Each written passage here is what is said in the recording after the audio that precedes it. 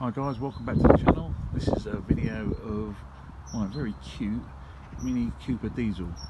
It's not so much a review but a sale video, as this vehicle's going up for sale probably the end of next week. So let's have a look around it. Okay, it's a 2009 Cooper D. I also think it's a special edition JCW dealer edition. And you can tell that by the colour-coded skirts and the colour-coded front grille. It's got the little JCW badge on the back, but I've added that because initially I didn't know exactly what sort of Mini it was. Obviously I knew it was a Cooper D, but very rare to see the skirts and the colour-coded matching front grille there. And whilst we're at the front, I don't know if you can see on the camera, but we've got quite a lot of stone chips, and that's probably the worst part about the whole car. Is there is a lot of stone chips. If I was keeping it, I'd probably get the front end blown over and the stripes redone, but I'm selling it, so that's obviously part of it. The wheels were with the car when they came. Okay guys, let's see what the car drives like.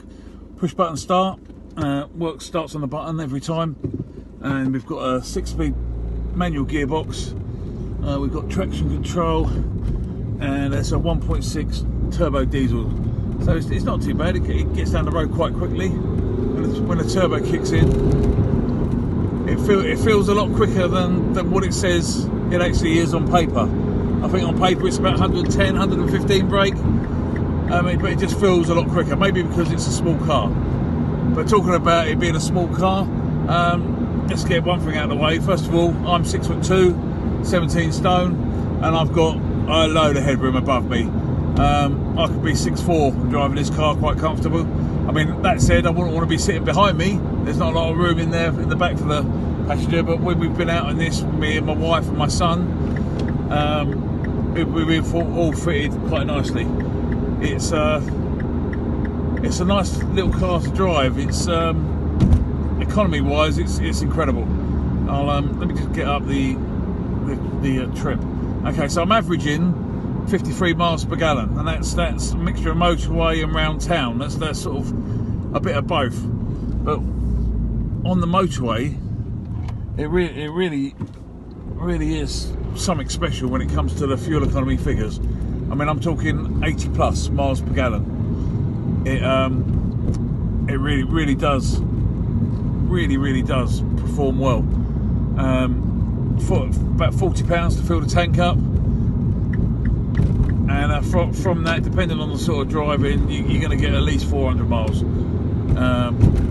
which is pretty good. You know, that's really not bad for a car that's 11 years old. And let's face it, it's going to be up for sale for 2,795. Economy is really good. It's quite sharp on the steering. You can feel it on the road. Having the aftermarket alloys on there with the normal tyres, so they're not run flats, which is just a bonus for this car, because I had a Cooper S before with run flats, and the ride was atrocious. It's really, I mean, it's firm in this one, and you do feel the bumps, but it's still way better than a Mini with run flats. They really are just such a bad option on these cars, and you can understand why so many people change them. This one's got the canister in the boot in case you do get a puncture. Obviously run flats, they give you a little bit more flexibility on that side, but what you gain in flexibility, you lose 10 times over on the ride quality. It really is just absolutely terrible. But no, this is all right. It's a nice notchy gearbox. Moves through the gears well. Heated seats on this are fantastic. Probably the best heated seats I've ever experienced in my life. So the interior's matching with the outside. It's nice. It's all right. It's cheap on the insurance. £30 a year road tax. So it's very cheap to run. I mean, it really is cheap to run. Those miles per gallon, the £30 road tax, and everything like that is brilliant. It's got the hands-free kit, Bluetooth hands-free kit, so you can wire your phone into the hands-free kit. That's quite a good system. Like I say, it's got MP3 connectivity, so you can connect your phone in and play music through the car. You can charge your phone through the car. No, it's really good. And everything works well. 2 keys for this car, 2 full remote keys. So there's nothing really left to do. Obviously, I say I'm getting this oil leak fixed, which isn't a bad one. It's just annoying rather than anything else. But once that's done, it literally is everything that's going to need doing on this car. Any questions? Stick a question in the comment and I'll answer it.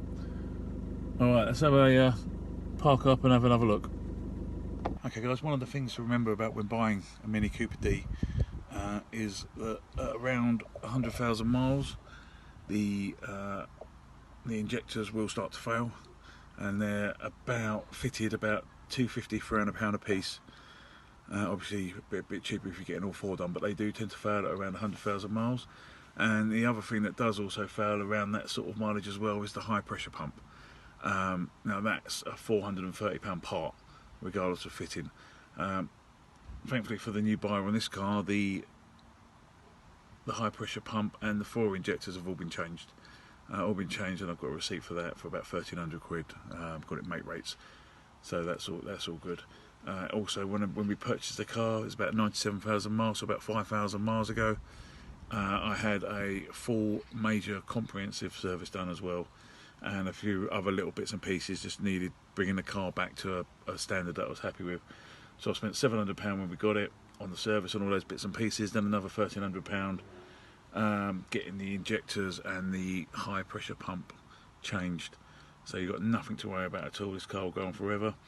At the moment, it's just waiting to have a slight oil leak done around the turbo area. If the seals tend to fail on them as well, so that's being done next week.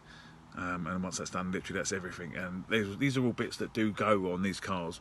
So if you're looking for one, you got to make sure, even if you don't buy this one, you got to make sure that they've got either them done or the price reflects the fact they haven't been done and they're likely to be done. Okay, guys. Any questions? Stick them in the comments below. Click subscribe if you like this. My next video will probably be on my new project, which is a very nice Mercedes E350 convertible, which I've just bought, accident damage, and got a few little bits and pieces that need doing on it. Alright guys, take care, drive carefully, bye bye.